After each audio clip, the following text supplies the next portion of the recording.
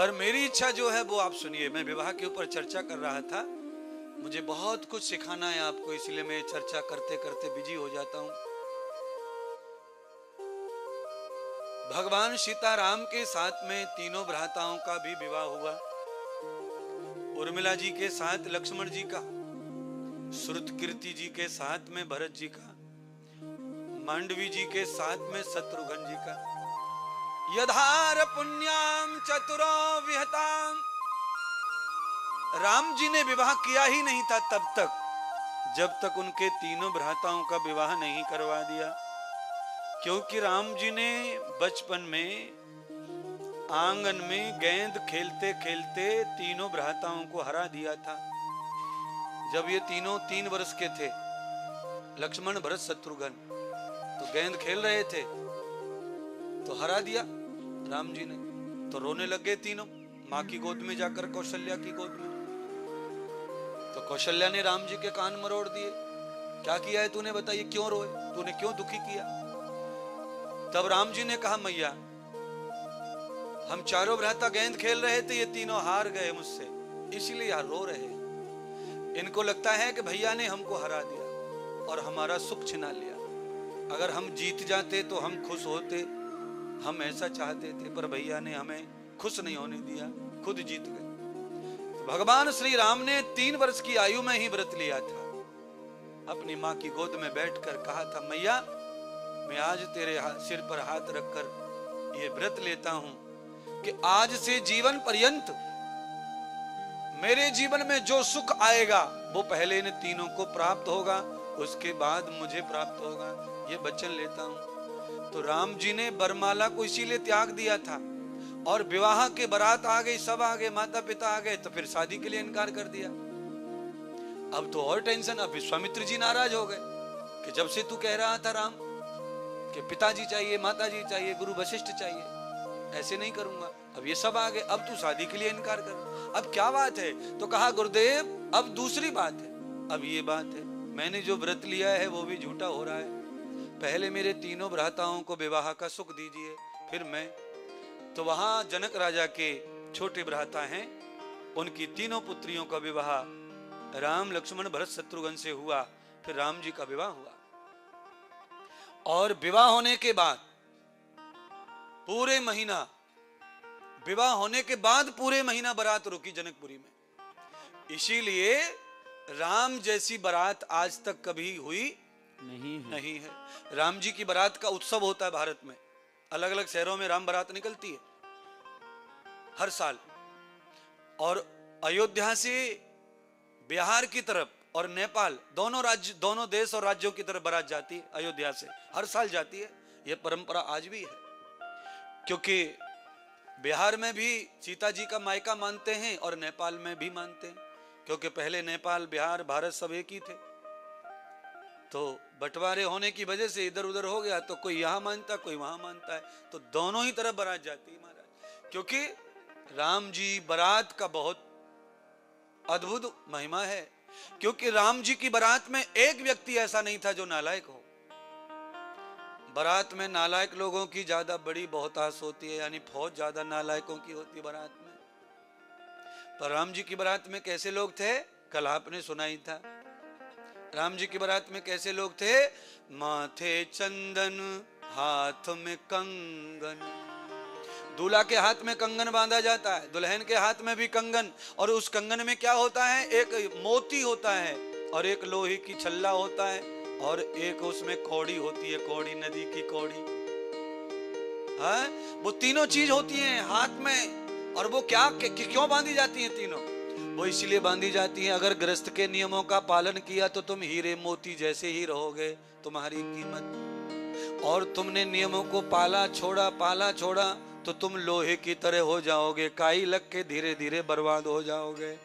और तुमने गृहस्थ के नियम नहीं पाले तो तुम्हारी कीमत कौड़ी की हो जाएगी। इसीलिए तीनों बांध करके दूल्हा को बताया जाता, बेटा देख, ओ दुल्हनिया देख। ये सब नियम है भारत के। हर चीज में कोई ना कोई फॉर्मूला समाया हुआ है। वैदिक संस्कृति में कोई धागा ताबीज भी बांधा जाता है तो उसका भी बहुत बड़ा विज्ञान होता है, पर उसे आजकल विज्ञान से नहीं अंधविश्वास से जोड़कर बांधते हैं लोग। है ये ताबीज जो है ना, जैसे हाथ में अंगूठी पहनना अलग अलग पत्थरों की, ये अंगूठी किसी ज्योतिष का काम नहीं है अंगूठी पहनाने का, पर ज्योतिष पहना रहा है। ये एस्ट्रोलॉजी का काम नहीं है, मंगल बुध का और ये सब ग्रह नक्षत्रों को एस्ट्रोलॉजी ज्योतिष देखे, भूमंडल की खोज ज्योतिष करता है। पर ये जो खड़े हैं मूंगा, पोखराज, हीरा, मोती, ये सारे के सारे जो खड़े हैं ये आयुर्वेदिक हैं। ये पॉइंट के ऊपर इन्हें बांधा जाता है जिससे रोग की निवृत्ति होती है। आपको फिर से समझना होगा इन चीजों को। प्राचीन काल में इन पत्थरों के द्वारा हाथ में, पैर की अंगूठी में, हाथ की अंगूठी में, या कंधे पर, या बाह में, या पैर के ऊपर, एड़ियों के ऊपर जहां पायजेब पहनते हैं वहां इनको बंधन बांध दिया जाता था, जिससे रोग की निवृत्ति के लिए। आज भी अगर नाभि ठीक ना हो तो पैर के अंगूठे में धागा बांधते हैं नाभि रोकने के लिए। किसी की नाभि बार बार हट जाती है ना, नाभि समझते हैं कि नहीं? हाँ, नाभि हट गई, किसी की साइड हो गई तो बीमार हो जाता आदमी। तो वो नाभि को रोकने के लिए मेन जो नस है उसे अंगूठा में उसका पॉइंट है, तो नाभि को सेंटर करके अंगूठे पे बांध देते उसको धागे से 15 दिन 20 दिन के लिए, फिर वो सेट हो जाती है। ऐसे ही अंगूठे में तांबे का तार, लोहे का तार बांध देते हैं, उसी का फार्मूला अंगूठी है। पोखराज, नीलम, हीरे, मोती, ये सब इलेक्ट्रॉनिक पत्थर है।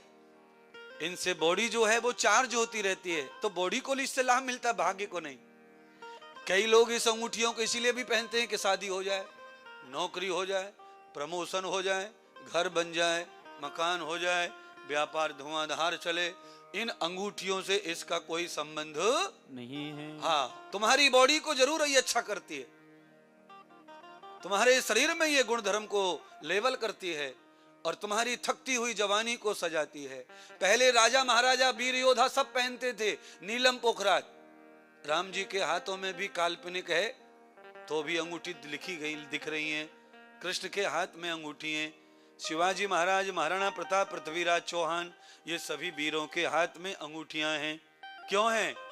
शक्ति के लिए, शरीर बल के लिए, ऊर्जा के लिए, बुद्धि को बढ़ावा देती हैं, विचारों को भी सही रखती हैं, शरीर को ऊर्जा मिलती है। बहुत सारे पत्थर हैं जिनको घसा जाता है आयुर्वेद में बॉडी के ऊपर, जिससे शरीर ठीक होता है।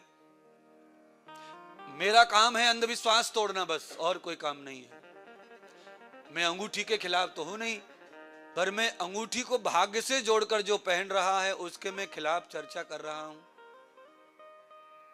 अंगूठी अपना काम करती है, उतना ही सोचो और उतना ही मानो, उतना ही बताओ। पर अंगूठी को अगर भाग्य से जोड़कर देखेंगे तो थोड़ा ज्यादा ही अंधविश्वास हो जाएगा। ये ठीक नहीं है। इससे क्या हो रहा है? भ्रम फैल रहा है, धोखे पे धोखे हो रहे हैं और अंगूठी के भरोसे रुके। जो सही उपाय करना चाहिए था वो कर नहीं पा रहे हैं, क्योंकि अंगूठी में उपाय बता दिया था ज्ञानी ने। अब नहीं होगा। अंगूठी पे भरोसा करना ठीक नहीं, क्योंकि उसका जो विज्ञान है वो उतना ही काम करेगा और उससे अधिक तकलीफ हो रही है, तो आप अधिक उपाय ढूंढो और अच्छे उपाय ढूंढो। हर चीज के अलग अलग उपाय हैं, एक ही चीज से एक चीज ठीक नहीं हो जाएगी। सदगुरु भगवान माता पार्वती को कथा सुनाते सुनाते कह रहे हैं, देवी पार्वती, आज माता सीता को विदा किया जा रहा है। 1.25 महीने के बाद चारों बेटियां विदा हो रही हैं,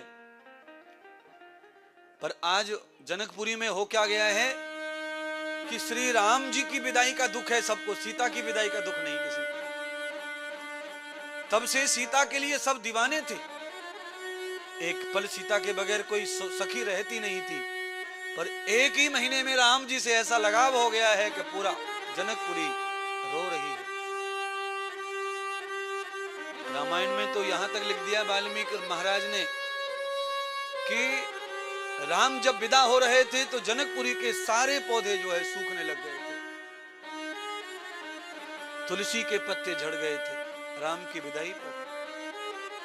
क्योंकि ये कोई अतिशयोक्ति बात नहीं लिखी वाल्मीकि ने।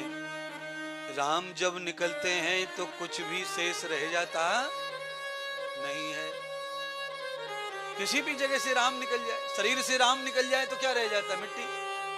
सारा जनकपुर मिट्टी हो गया, सब रो रहे हैं। और श्री राजा जनक सीता को कंधों में भर करके आंसू भर भर रो रहे हैं और समझा रहे हैं बेटी को।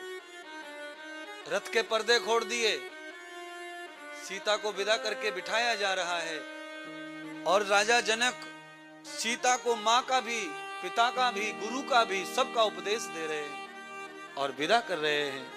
रोते रोते सीता को कह रहे हैं, पुत्री जाते जाते अपने पिता की इज्जत का ध्यान रखना, दोनों कुलों की लाज को ध्यान रखना, क्योंकि तुम्हारे हवाले दो कुल हैं, एक पिता का कुल और एक पति का कुल।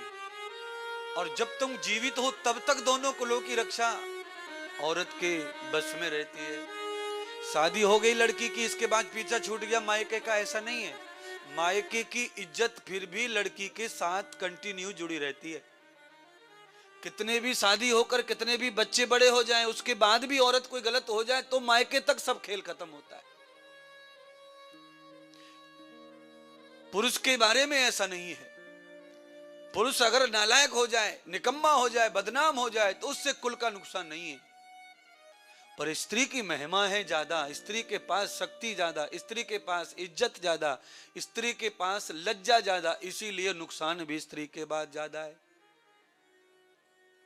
पुरुष के पास में लज्जा कम होती है, पुरुष कम शर्मीला होता है। स्त्री में शर्म, लज्जा, हया ज्यादा होती है। स्त्री बहुत सोच समझ करके सिस्टम से चलती है, पुरुष का ऐसा सोच समझ के सिस्टम से चलने की परंपरा कम है। कई चीजों में स्त्री पर्दाएं करती हैं। धीरे धीरे वो परंपरा समान हो रही है स्त्री पुरुष की। आजकल इतना मॉडर्न हो गया है कि स्त्री पुरुष दोनों एक ही तालाब में नहा रहे, कूद कूद के। दोनों ने एक जैसे कपड़े पहन रखे, नहा रहे, तो अपने आप ही मैटर है अपनी जिंदगी को, इसमें कोई क्या करे। और हम लोग लगे बचाने के लिए। ये जो ग्रंथ लिखे हैं, रामायण लिखी है, भागवत लिखी है, उसमें सबसे पहले लिखा है कि कलयुग जब आएगा तो कोई नहीं बचा पाएगा बिना सत्संग के, बिना कथा के। ये कथा बचा पाएंगे। पुरानी हिस्ट्री, पुराना चरित्र, पुराना जीवन जो सुनेगा, उसको स्मरण करेगा, उस पर चल पड़ेगा, कलयुग उसका कुछ नहीं बिगाड़ पाएगा। और इसे नहीं सुनेगा, नहीं मानेगा, कलयुग उसे धोके रख देगा, उसे नंगा कर देगा।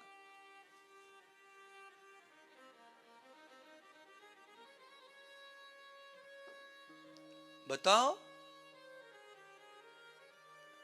भारत में महिला कैसे नहाती है? कितने पर्दे में नहाती महाराज।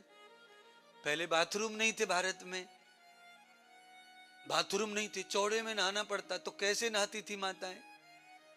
बोरे लगाकर, दीवार बोलों की, फूस के छप्पड़ की दीवार लगाकर, बच्चों को खड़ा करके साड़ी को दीवार बनाकर।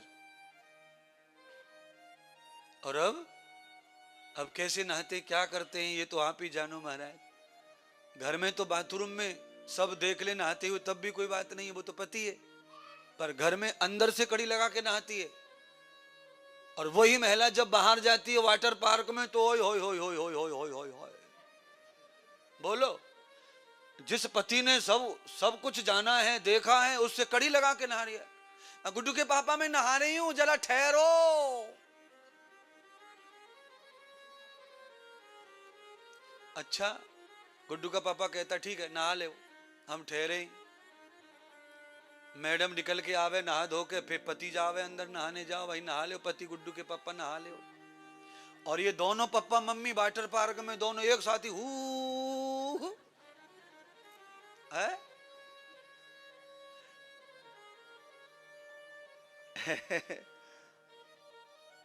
शास्त्री जी क्या करूं मैं? शास्त्री जी को मुझे बताना पड़ता है, तब हंसी आती है उनको। वैसे सुन के वो जो साध लेते, अंदर कंट्रोल का नियम है, संयम है ना, तो रोक लेते हैं थोड़ा। और मैं चाहता हूं कि जितना हंसना है हंस लो, क्योंकि हंसी जो है वह है पुण्य से मिलती है। बहुत बड़ा कोई शुभ कर्म करेंगे उसका फल हंसी है, और छोटे मोटे शुभ कर्म कर लो उसका फल है कि धनवान होना, पैसे वाले होना, बंगला होना, अच्छा बिस्तर होना, नौकर होना। ये छोटे मोटे पुण्य से ही हो जाता है, पर चेहरे पे हंसी बड़े पुण्य से आती है। इसलिए कभी कभी जब आ जाए मौका तो खिलखिला के, हाँ, उससे क्या होता है, उससे ही होता है कि प्रूफ हो जाता है कि हाँ इनके पास में भी थैली में 2-4 पुण्य पड़े, नहीं तो पापों का ढेर लगा पड़ा है।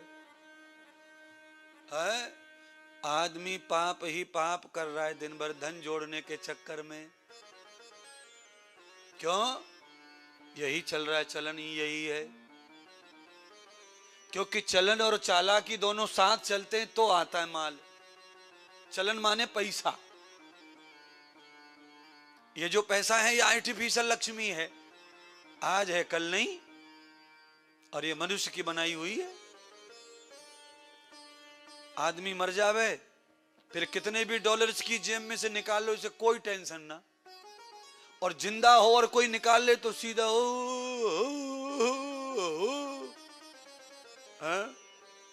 कल एक बच्ची का मोबाइल रह गया कहीं तो मुंह सूख गया उसका। मैंने की प्राण तो बाकी है, मोबाइल की वजह से ही खाना पीना सब छोड़ दिया है। अच्छा वही मोबाइल, सुनो ना, ये क्या है, ये जिंदे पे ऐसा है ना, जिंदे पे क्या है, लगाव होता है, लालच होता है, उसमें सब भरा होता है, अपना पूरा सिस्टम जिंदगी मोबाइल में है ना सबकी, तो टेंशन। मोबाइल ना हो अचानक तो सब काम रुक जाते हैं, आजकल ऐसी बात हो गई है। आजकल टैक्सी भी मुंह से बोलो तो टैक्सी वाला नहीं बोलता है, वो मोबाइल से ऑनलाइन बुक करो तब आता है। और अपन खड़े हैं और बुला रहे हैं भैया आ जा टैक्सी वाले, वो कहते ना ऐसे नहीं जाती है, ऑनलाइन बुक करो पहले। अब बताओ क्या, कौन से कुआं में कूदूं मैं? अब मोबाइल नहीं है, ऑनलाइन कहां से करें हम? तो ऑफलाइन तो टैक्सी ना मिल रही आजकल। तो एक नहीं अनेक समस्याएं हैं। चलिए, राजा जनक अपनी पुत्री को जो कह रहे हैं वो मैं आपसे कहना चाहता हूं। आज के दिन आप ही मुझे अपना पिता मान लो और मुझसे ये सुन लो। हाँ? मेरी सीता, ओ मेरी लाडो, और मेरी बेटी चतुर सुजान, और मेरी शिक्षा भूल न जाना, मेरा ज्ञान नहीं बिसराना, और ये बात नहीं ठुकराना।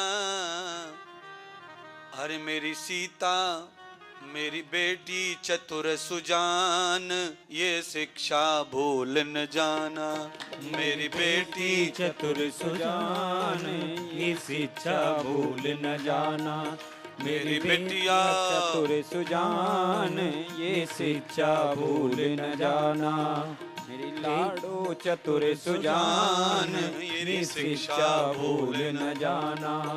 मेरी बेटी चतुर सुजान, ये शिक्षा भूल न जाना।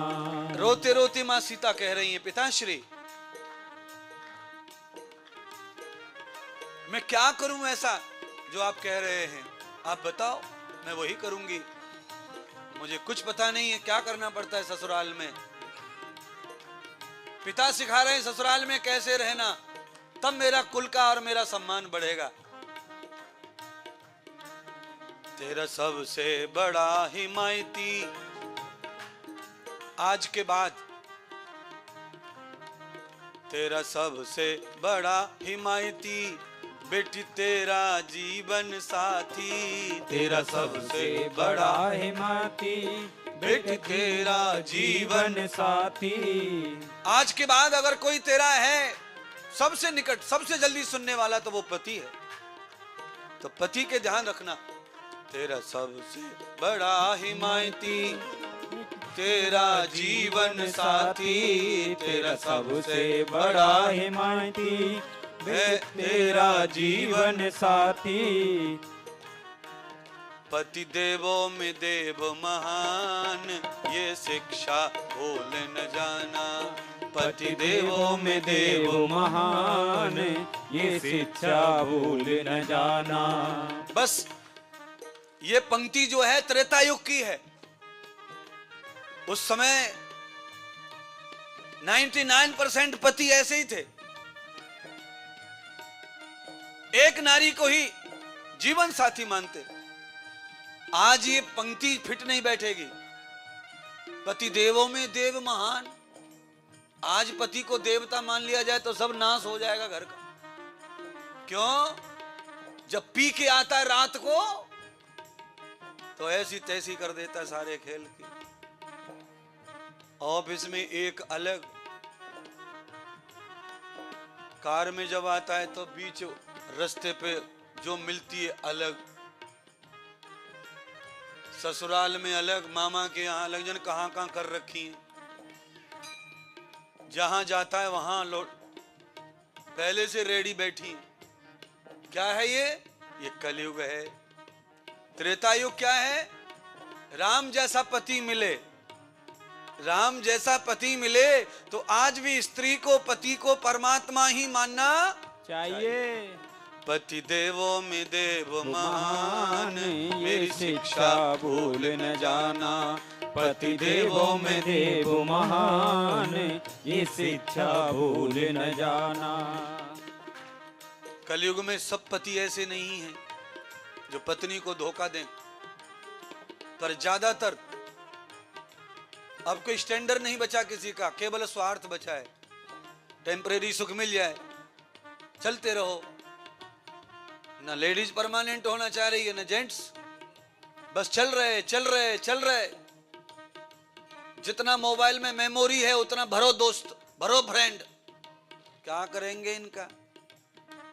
सब कचड़ा है कचड़ा, और कचड़ा तो फेंका हुआ अच्छा है, जमा करना अच्छा नहीं है। पति देवों में देव महान, मेरी शिक्षा भूल न जाना। पति देवों में देव महान, ये शिक्षा भूल न जाना। आज भी ऐसे पति हैं बहुत जिनको पत्नियां तकलीफ दे रही हैं। पति देवता है पर पत्नी पूरी की पूरी चामुंडा है। जब रूप धारण करती है तो लेने के देने पाड़ देती, उसको अंदर से कड़ी लगानी पड़ती है। बचाओ बचाओ चिल्लाता।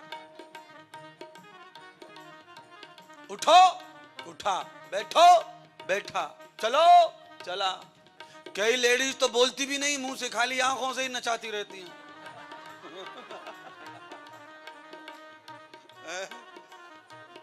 मैंने आंखों का जादू देखा है, यहाँ इधर ही देखा है। आंखों का भारत में तो देखा ही है, पर मैंने यहाँ भी देख लिया है।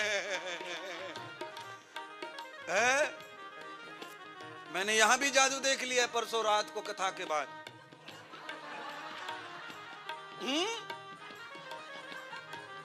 गूंगा जाने गूंगा के घर के जाने, समझ गए समझने वाले, बाकी छोड़ो। बेचारा इतनी जल्दी इशारा समझा कि 1 मिनट में उटर पुटर। पक्के गुरुजी हैं बेटे, ठोस गुरुजी हैं, रोम रोम से दिखता है मुझको। और करना चाहिए ऐसा, तब ही घर बचेगा, नहीं तो कोई परोसा पड़ोसी का नहीं है। कौन किस भाव से आके चिपक रहा है, कोई भरोसा नहीं। बस में आप चलते होंगे ना, हमारे भारत में बस में चलते हैं तो जगह भीड़ ज्यादा है तो बैठने को नहीं तो खड़े हो जाते हैं, ठूस के भर जाते हैं। तो बस में कोई ज्यादा टकरा है तो उस पर ध्यान रखो। ये नजदीक वाला है नहीं, जेब कतरा समझो उसे। क्या समझो? जेब कतरा। ये बिल्कुल आइडिया कर रहा है, कभी यहाँ टकराता है, कभी यहाँ घसड़ के निकलता है। ये कमर से ही पहचान लेता है कि पर्स है कि नहीं है। तो व्यक्ति में स्त्री हो या पुरुष हो अलग अलग होते हैं। कोई स्त्री परेशान कर रही है पति को और कोई पति स्त्री को परेशान कर रहा है।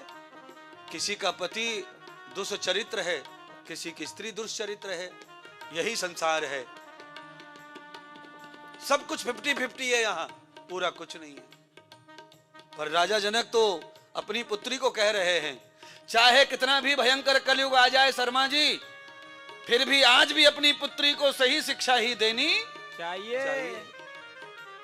बाकी वो जाने, पर हमें अच्छी बात बतानी है। चाहे वो सुने ना सुने, माने ना माने, हमें माने ना माने, हमें छोड़ दे, हमसे बोलना बंद कर दे, पर हमें अच्छी ही बात बच्चे को बतानी चाहिए। दूसरी बात राजा जनक क्या कह रहे, सुनिए ना जरा।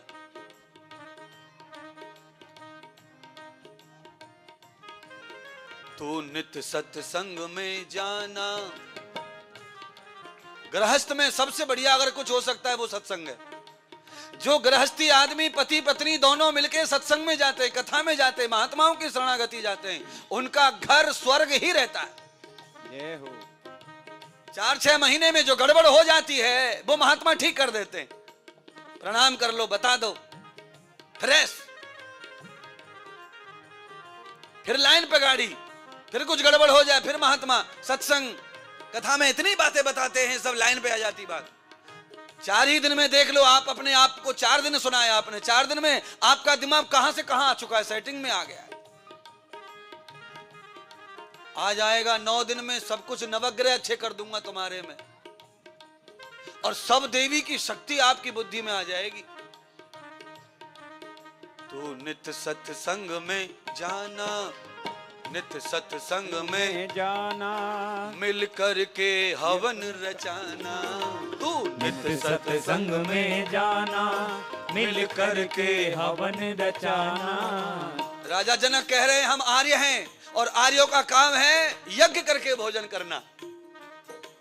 यज्ञ घर में पति पत्नी रोज मिलके करेंगे तो स्वर्ग प्रकट हो जाएगा। स्वर्ग जाने की जरूरत नहीं है। सबरी गई नहीं थी, राम आए थे, इसीलिए स्वर्ग जाना नहीं, स्वर्ग को लाना। जो नकली भक्त हैं वो गंगा जाते हैं, और जो असली भक्त हैं भागीरथ वो गंगा ले आते हैं। तो लाना है स्वर्ग को, स्वर्ग जाना नहीं है। स्वर्ग जाने के लिए फड़फड़ाते रहो, जाते जाते पता नहीं बीच में कहां रुकना पड़ेगा। मिल कर के हवन रचाना, नित्य सत्संग में जाना, मिल कर के हवन रचाना, नित्य सत्संग में जाना। करना सास ससुर का मान, मेरी बेटी भूल न जाना। करना सास ससुर का मान, मेरी बेटी भूल न जाना। ओ मेरी सीता चतुर सुजान, मेरा ज्ञान नहीं बिसराना। ओ मेरी लाड़ो चतुर सुजान, मेरा ज्ञान नहीं बिसराना। तीसरा ज्ञान क्या दिया राजा जनक ने? उत्तम ज्ञान। और ये तीसरा सब ले लो भाई, कलयुग है, तीसरा बहुत जरूरी है। क्या बताया? अच्छी नारी की पहचान। तुम लक्ष्मी हो ना सीता, तो तुम्हारी पहचान नहीं जानी चाहिए दुनिया से।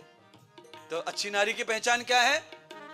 सबको तू खिला कर खाना, सबको तू सुला कर सोना। सबको तू सुला कर खाना, सबको तू सुला कर सोना। अच्छी नारी यही है।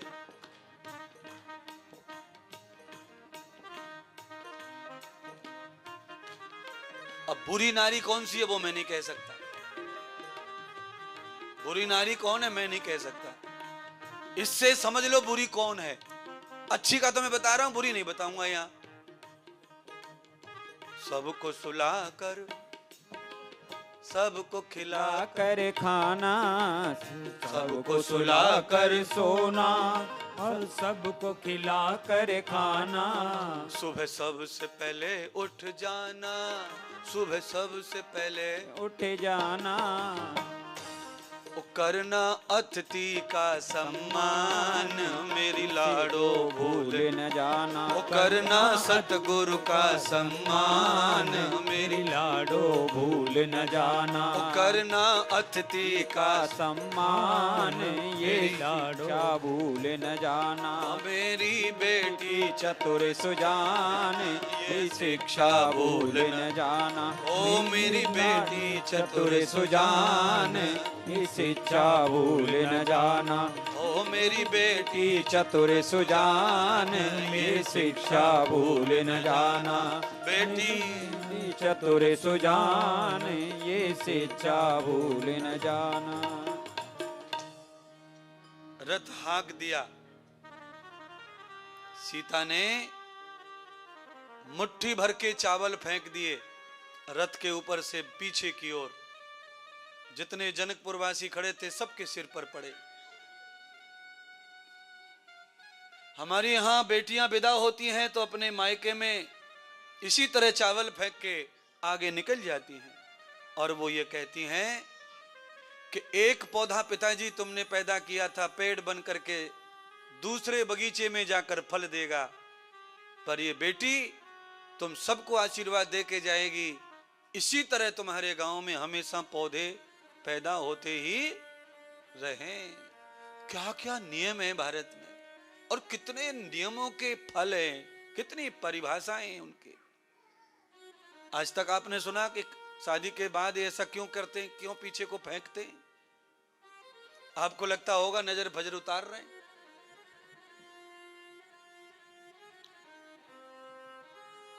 पीछे मुड़ के नहीं देखती है बेटी, आगे को चलती जाती है और पीछे चावल फैलती जाती है। और ससुराल में जाती है तो पीछे चावल नहीं, फिर आगे पैर से चावल को लुढ़काती है। वहां मैं भर के आई हूं पिता का घर, और यहां मैं घर भरूंगी किससे?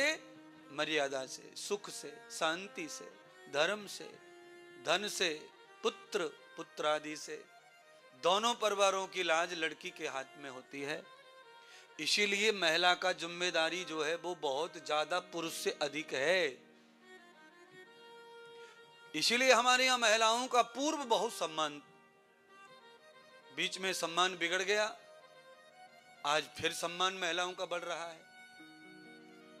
क्योंकि सच्चाई छुप नहीं सकती कभी झूठे सूलों से, और खुशबू आ नहीं सकती कभी कागज के फूलों से।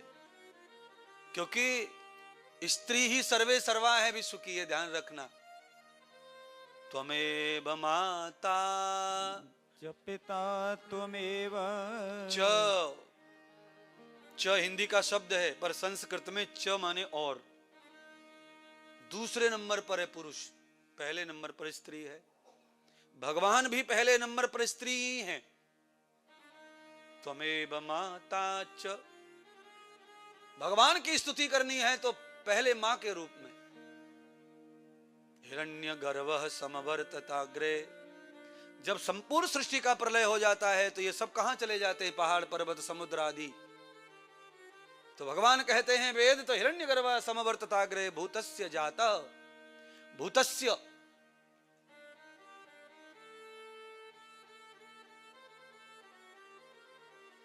ये भूतस्य शब्द का अर्थ हो गया जीवात्माएं।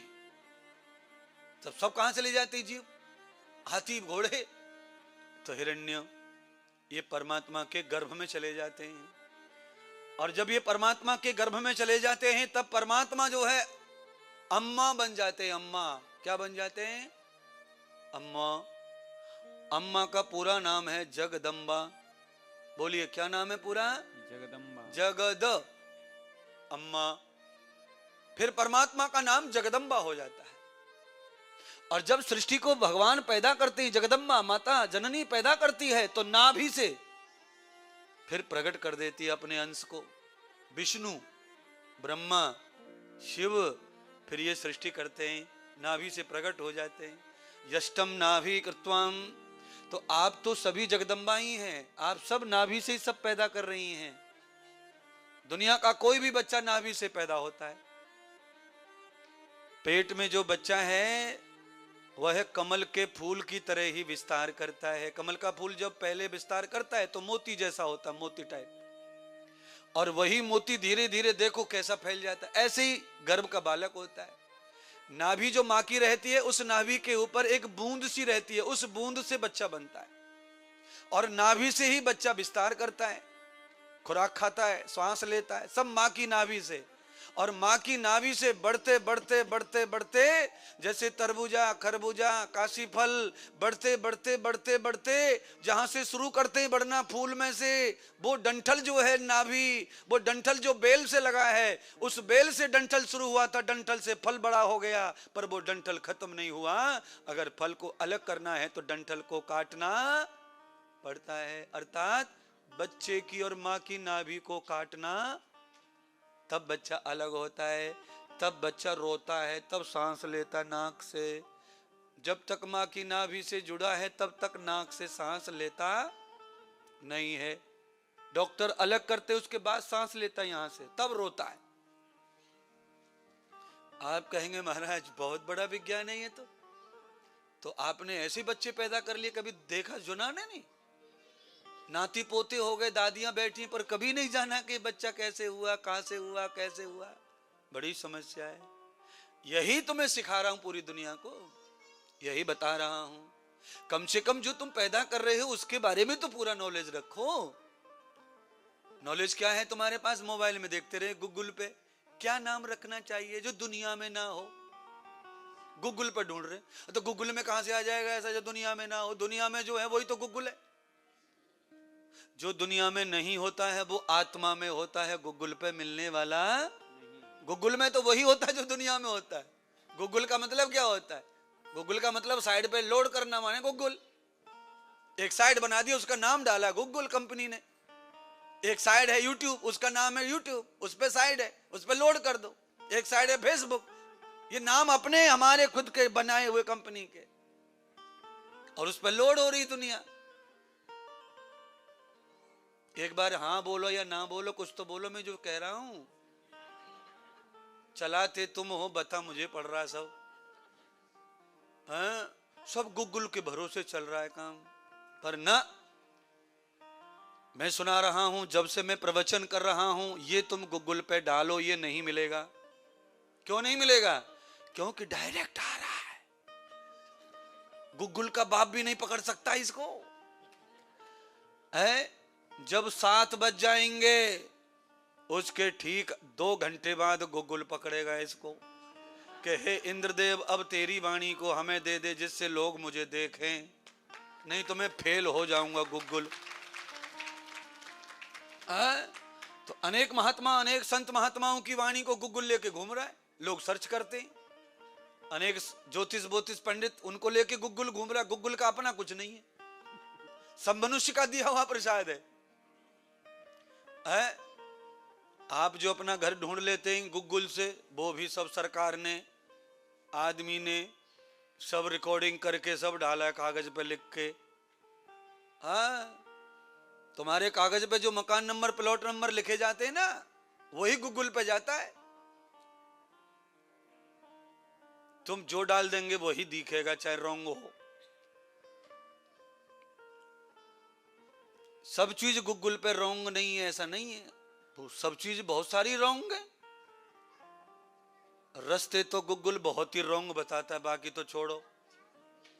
हाँ, अंग्रेजी से भी ज्यादा शॉर्टकट है, क्योंकि अंग्रेजी का ही भूत है ये, तो अंग्रेजी शॉर्टकट है भाषाओं में, तो ये उससे भी शॉर्टकट बताता है। ऐसा है कि मोटरसाइकिल के रास्ते को भी ये सीधा ऑकलैंड पहुंचा देगा, और है कार हमारे पास। अब 1 पहिया की जगह 4 पहिया कैसे घुसेंगे? तो आदमी फंस जाता है, फिर निकालो वापिस आओ, फिर ढूंढो, फिर दूसरा डालो, तो बड़ी समस्या है हमारा। तो हम तो थोड़े कम जानते हैं, तो हम तो कई बार फंसे, इसलिए हमें भरोसा कुछ है नहीं। पर ज्यादातर गूगल से लोग सफल हो रहे हैं रास्ता ढूंढने में, घर ढूंढने में। ज्यादातर लोगों को मैप से काम बन जा रहा है, क्योंकि सुधार हो गया। अभी सुधार हो गया मैप का, कई बार बदलता ही रहता है मैप, सुधार होता रहता है। अभी जो बंगले नहीं बने हैं ऑकलैंड में, जो बन रहे हैं, उनको आने में देर है। ऑनलाइन वो भी आ जाएंगे नक्शे पर, तो वो भी भूमंडल भूगोल बताएगा फिर। पर जो है ही नहीं उसे कैसे बताए? इसीलिए जो आत्मज्ञान होता है वो है नहीं गूगल पर, बता नहीं सकता। पर आज जो आ रहा है वो कल गूगल बता सकेगा। इसीलिए बच्चों के नाम गूगल से नहीं, बच्चों के नाम ऋषियों से रखने की परंपरा है भारत में। राम जी का नाम किसने रखा? ऋषि ने। कृष्ण भगवान का नाम किसने रखा? ऋषि ने। और तुम्हारे बालकों के नाम कौन रख रहा है?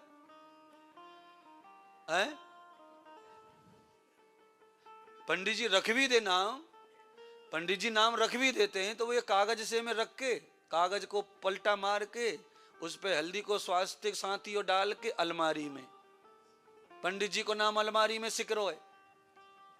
और गुग्गुल का नाम, गुग्गुल का नाम पूरा घर लेके घूम रहा है। तो नाम ऐसे रखो जो बचपन से लेकर के मृत्यु पर्यंत अच्छे लगने चाहिए, सजने चाहिए। है बुढ़ापा जवानी सब में नाम जचे, ऐसा नाम बच्चे का हो। तुम्हारे बच्चों के नाम कैसे हैं?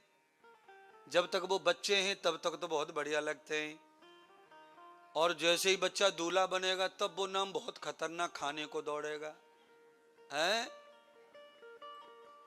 फिर वो पिता बनेगा, भगवान करे वो दादा भी बन जाए, बड़ा समस्या आ जाएगी।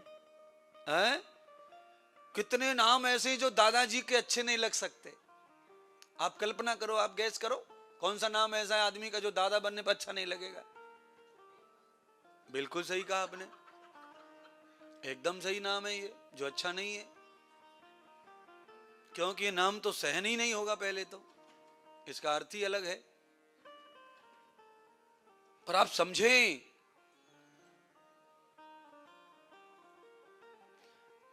अब ये कथा जनकपुरी से कहां जा रही है? अयोध्या की तरफ जा रही है।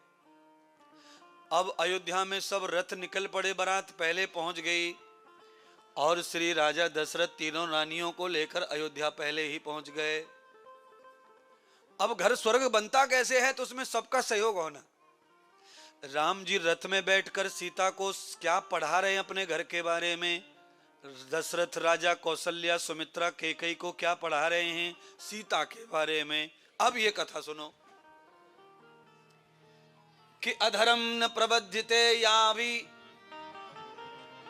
यह वे त्रव स्त्रीणाम अनश्रुति न यावते यान यान च लक्षण। राजा दशरथ ने तीनों रानियों को कहा कि देवियों, आज तक तुमने जो मांगा है वो सब मैंने दिया है। हीरा चांद सूरज तारे सब तुम्हारे सरेंडर कर दिए, पर आज तुम्हें मेरी माननी पड़ेगी। तो कुशल थी रानियां, सम्मान करती थी। कहा आप जो कहें वो शर्मा थे, कहो क्या कहना है, क्या मानना चाहिए।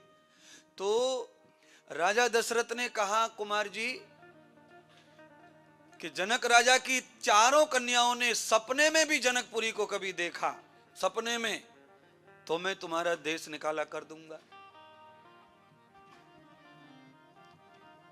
घर में जो नई बहू आती है, अगर उसे सपने में भी मायके की याद आती है तो ससुराल में कुछ तो कम है।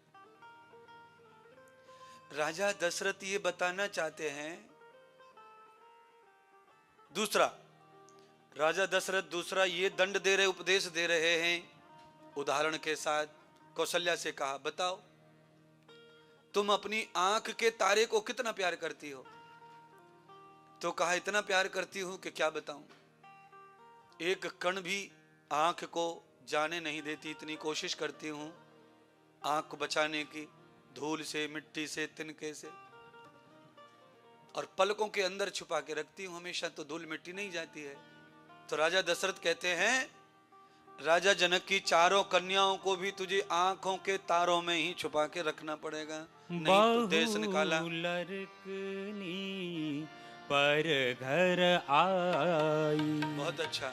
बहु लरकली पर घर आए।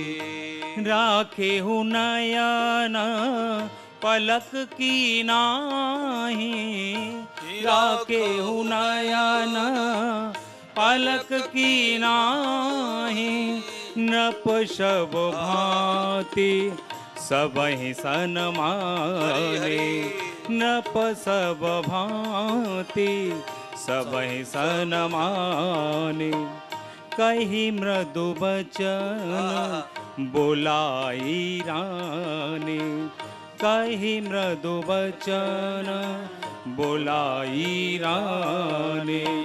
श्री राम जय राम जय जय राम, श्री राम जय राम जय जय राम, श्री राम जय राम जय जय राम, श्री राम जय